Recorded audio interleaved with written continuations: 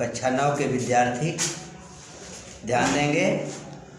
कल जो वीडियो में पढ़ा रहे थे पाठ 5 परमहंस रामकृष्ण 3 स्टेंजा पढ़ाए थे, उसके आगे देखिए।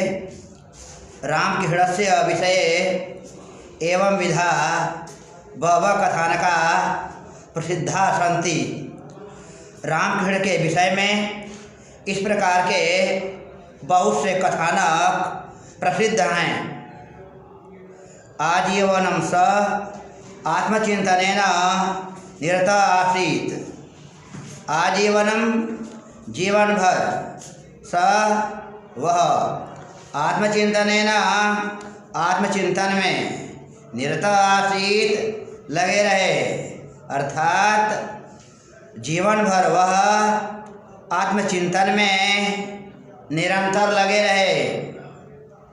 अस्मिन् विषये तस्य अनेके अनुभवा लोके प्रसिद्धाः। अस्मिन् विषये इस विषय में तस्य अनेके उनके अनेकों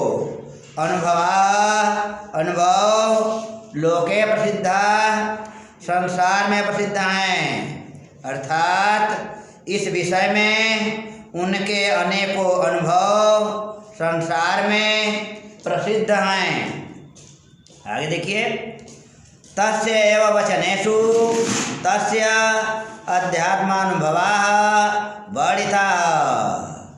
तस्य एव उनके ही वचनेषु वचनों में, उनके ही वचनों में उनके आध्यात्मिक अनुभव वर्णित हैं। क्या आध्यात्मिक वर्णन है उनके? 3 हैं। तीनों में पहला देखिए। जले निमज्जिताः प्राणाः यथा निष्क्रमितुम् आकुला भवन्ति तथैव चेत् ईश्वर दर्शनाय अपि समुत्सुकाः भवन्तु। जना तदा तस्य दर्शनं भवितुम् अर्हति। ध्यान देंगे। जले निमज्जिता, जल में डूबते हुए, प्राणाः प्राण, यथा निष्क्रमितुम, जिस प्रकार से निकलने के लिए, आकुला भवन्ति, बेचैन हो उठते हैं, तथैव ठीक उसी तरह से, च और, इति ऐसा, ईश्वर दर्शनाय, ईश्वर दर्शन के लिए, अपि भी, समुत्सुका, बेचैन हो जाना, भवंत मन होवें, बेचैन हो उठें, अर्थात जल में डूबते हुए प्राण जिस तरह से बाहर निकलने के लिए बेचैन हो उठते हैं, ठीक उसी तरह से ईश्वर दर्शन के लिए भी लोग बेचैन हो उठें, तदा तब तस्य दर्शनम भवितुम् अर्हति, उनका दर्शन हो सकता है। जल में डूबते हुए प्राण जिस तरह से बाहर निकलने के लिए बेचैन हो उठते हैं, ठीक उसी तरह से ईश्वर दर्शन के लिए लोग दिल से बेचैन हो उठें, तब उनका दर्शन हो सकता है। दूसरा देखिए वर्णन। किमपि साधनं साधयितुं मत्कृते दिनत्रयाधिकः कालः नैव अपेक्षते। किमपि साधनं, किसी भी साधना को साधयितुं, सिद्ध करने के लिए, मत्कृते दिनत्रयाधिकः, केवल 3 दिनों से अधिक का, काला समय, नैव अपेक्षते, नहीं चाहिए। कहते हैं कि किसी भी साधना को सिद्ध करने के लिए मुझे 3 दिनों से अधिक का समय नहीं चाहिए। यह रहा उनका दूसरा वर्णन। तीसरी बात देखिए। ना अहम वांछामि भौतिक सुप्रदाम विद्याम। ना अहम, मुझे नहीं, न माने नहीं, अहम माने मुझे, अवांछामि माने चाहिए, मैं नहीं चाहता हूँ या मुझे नहीं चाहिए, भौतिक सुख प्रदान, भौतिक सुख प्राप्त करने के लिए विद्या माने विद्या। कहते हैं कि मैं भौतिक सुख प्राप्त करने के लिए विद्या नहीं चाहता हूँ, या मुझे भौतिक सुख प्राप्त करने के लिए विद्या नहीं चाहिए। अहम तू, मुझे तो, ताम विद्या, वह विद्या, वांछामि, चाहिए, मैं तो वह विद्या चाहता हूँ। यथा हृदय ज्ञानस्य उदो भवति, मैं तो वह विद्या हृदय में ज्ञान को प्रकाशित करने के लिए चाहता हूँ, या मुझे तो वह विद्या हृदय को ज्ञान से प्रकाशित करने के लिए चाहिए। अब आगे देखिए, अयम महापुरुष स्वकीयेन योगाभ्यास बलेन एव एतावान् महानं संजातः। यह महापुरुष अपने योगाभ्यास बल के द्वारा ही इतने महान हुए। सईदृशः, वह इतने विवेकी, शुद्ध चित्तस्य और शुद्ध हृदय वाले आसीत थे।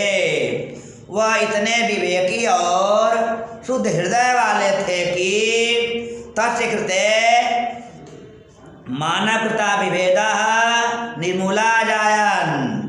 तस्य कृते, उनके द्वारा किए गए, मानकृता विभेदः, मानव के द्वारा किए गए विभेद, निर्मूला व्यर्थ, अजायंत, सिद्ध हुए। अर्थात वह इतने विवेकी और शुद्ध हृदय वाले थे कि उनके द्वारा किए गए, मानव के द्वारा विभेदों को उन्होंने बिल्कुल व्यर्थ सिद्ध कर दिया।